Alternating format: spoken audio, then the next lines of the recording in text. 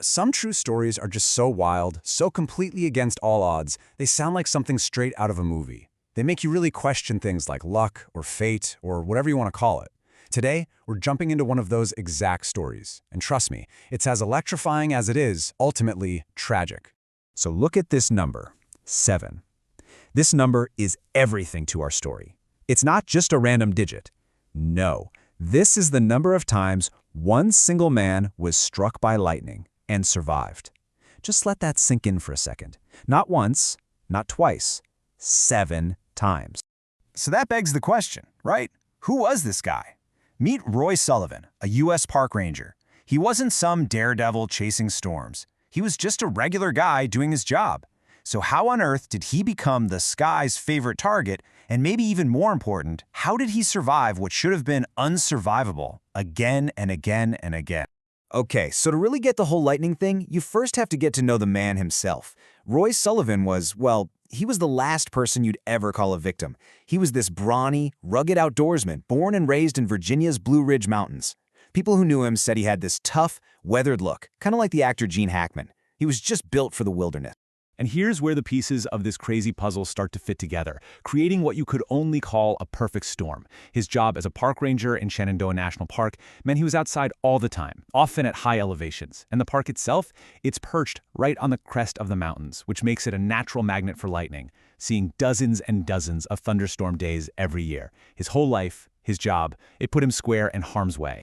All right, so the stage is set. We've got the man and the location. And now, the main event of Roy's life was about to begin. And this wasn't just some one-off freak accident. No way.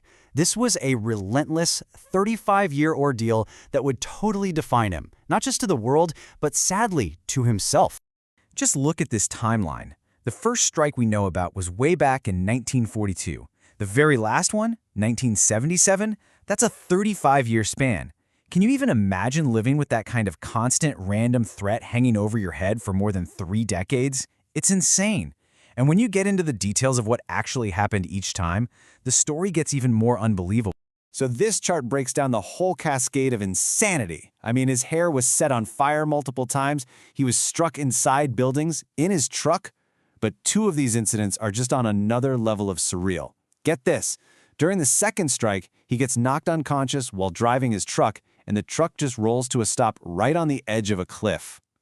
Then there's the 7th, the final strike. He's fishing, he gets hit, burned on his chest and stomach, and then he has to fight off a bear that was trying to steal his catch. I mean, you can't make this stuff up. Naturally, when you hear a story this wild, you have to ask yourself, what are the odds?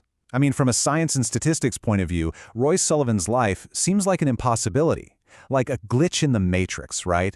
But the reality, well, it's a little more complicated than that. That number you're looking at, that's just one estimate of the odds of a single person getting hit by lightning 7 separate times. It's a number so huge, it's basically meaningless to our brains. You got a better shot at winning the lottery every single day for the rest of your life. It is, for all intents and purposes, statistically absurd. So, what was really going on here? So why the huge disconnect? Well, it's because those astronomical odds, they assume that every lightning strike is a totally random, independent event, kind of like rolling a pair of dice. But for Roy, that just wasn't the case. Because of his job, because of where he lived, his personal odds were way, way higher than for you or me. He was, in a way, playing a completely different game with a different set of rules. Now, it doesn't make his survival any less of a miracle, but it does help explain the unexplainable. But this isn't just a story about lightning strikes and crazy odds. The physical scars, they were nothing. Nothing compared to the psychological wounds. Surviving the impossible, it turns out, took a devastating toll on Roy Sullivan's spirit.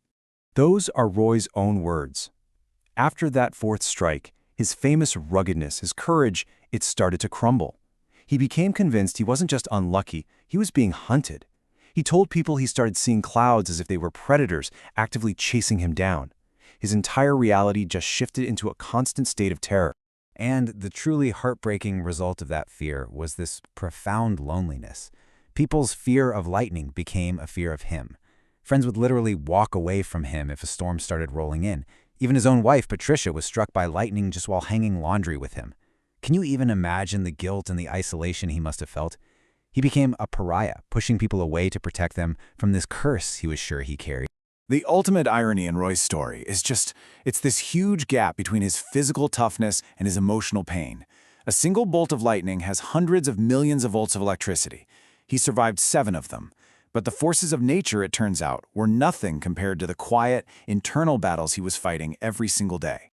At the age of 71, the man who stared down the absolute fury of the heavens and won over and over again took his own life. The official reports say it was over the pain of unrequited love. In the end, it wasn't a bolt from the blue that claimed him, but a struggle of the human heart. This quote, I think, just perfectly captures the deep tragedy of his life.